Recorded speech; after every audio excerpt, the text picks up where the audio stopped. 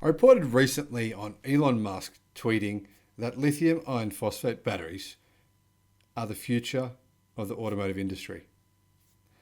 Even though most of Tesla's cars don't come with them. In fact, when he was asked which car a potential Tesla buyer should purchase, he said the one with a lithium iron phosphate battery.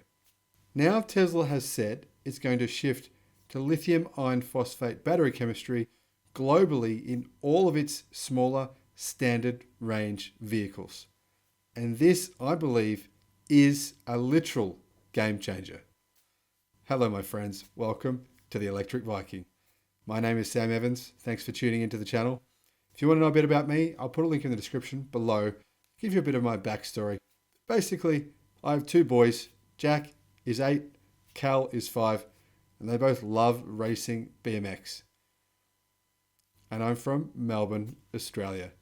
Now, thank you for subscribing to the channel, liking the videos, and letting me know what you think about the video below. I want to know, do you agree with Elon Musk? Are lithium iron phosphate batteries the future of the battery industry? Is this a good move by Tesla to equip all of their standard range vehicles globally, meaning their Germany factory, their 2 American factories, and their Shanghai factory with lithium iron phosphate batteries? Now, I personally think it's genius. Why? Well, lithium iron phosphate batteries have a significant number of advantages over NCA or NCM chemistry batteries.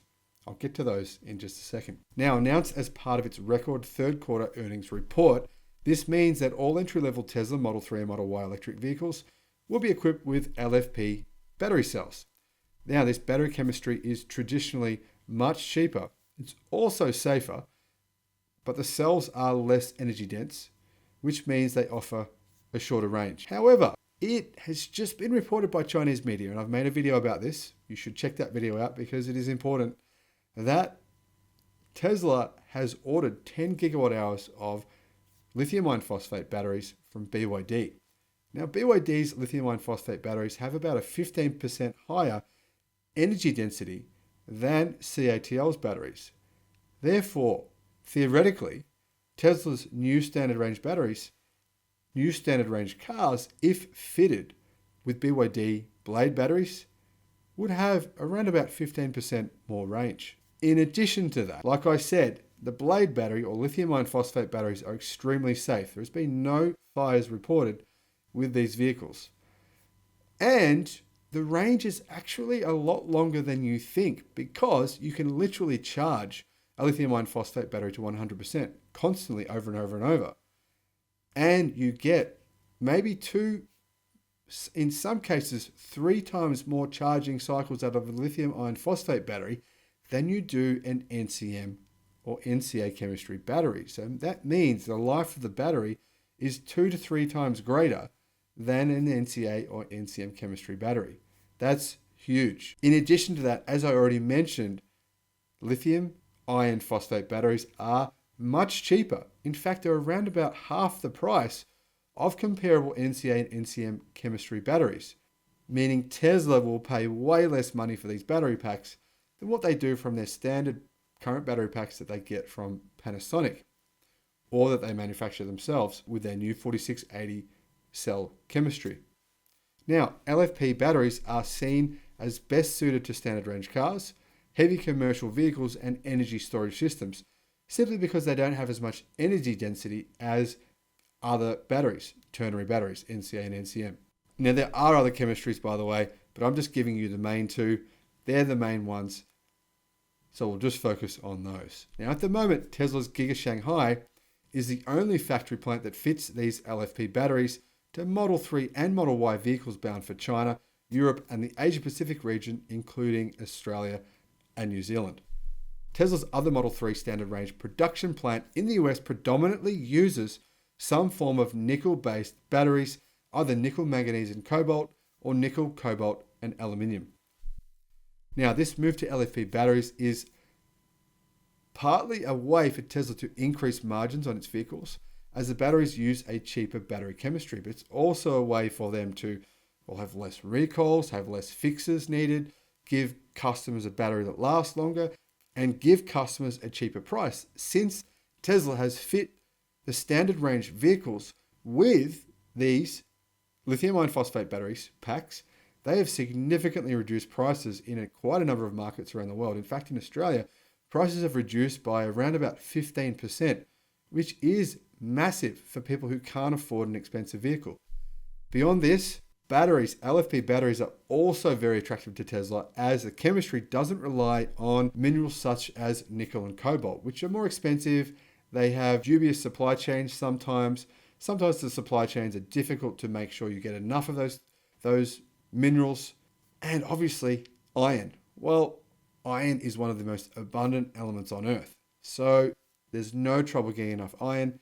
So this makes Tesla's supply chain much more secure for these batteries. Now, in addition to that, Tesla has also mentioned the fact that they simply can't get enough batteries right now to meet demand. That's why they've ordered batteries from themselves, Panasonic, CATL, LG Chem, and of course now, it sounds like BYD. Now, LFP batteries used in the Model 3 and Model Y are supplied currently by Chinese battery giant CATL. That has numerous manufacturing plants throughout China and a plant located in Erfurt, Germany. Most notably, CATL extended its battery supply deal with Tesla until 2025, according to Reuters in June 2021. Now, also in addition to that, CATL are manufacturing a brand new battery facility, a massive one in Shanghai, just down the road from Tesla's Gigafactory, which reportedly will supply Tesla with 70 gigawatt hours per year of lithium iron phosphate batteries. Well, here you go. Elon Musk has planned for this well in advance. Besides Tesla, CATL currently produces batteries for a number of other well-known automakers: Volkswagen, BMW, Hyundai, Honda, Volvo, the list goes on. They are the world's largest battery manufacturer. One main reason why LFP batteries aren't commonly produced outside of China is due to a slew of patents, which has allowed the country to corner the LFP market. But these patents will expire soon, and it seems as though Tesla is keeping a close eye on this. They've said they want to have battery supply for lithium iron phosphate batteries and all other batteries that they need in their home markets. That means Tesla wants to manufacture lithium iron phosphate batteries in Germany, as well as, of course, their 4680 battery cells. Now, what I suspect is Tesla would just simply use lithium iron phosphate chemistry in their 4680 cells to produce them themselves. Tesla said, "Our goal is to localize all key parts of the vehicles on the continent, at least within the continent, if not closer to where the vehicles are actually produced," said Drew Baglino, Tesla's Senior Vice President of Powertrain and Energy Engineering, at an investor conference recently. So that is our goal, and we're working internally and with our suppliers to accomplish, and not just at the end assembly level, but as far upstream as possible. In other words, they want to vertically integrate lithium-ion battery cells into their manufacturing process. This takes time, however, so they've ordered, it sounds like, a lot of these batteries from CATL and also some from BYD. Now, I personally think that the biggest move for this is the availability of iron globally. There is around 100 times more of the known reserves of iron compared to nickel. Now, like I said, the other benefits to lithium iron phosphate batteries are longer lasting batteries.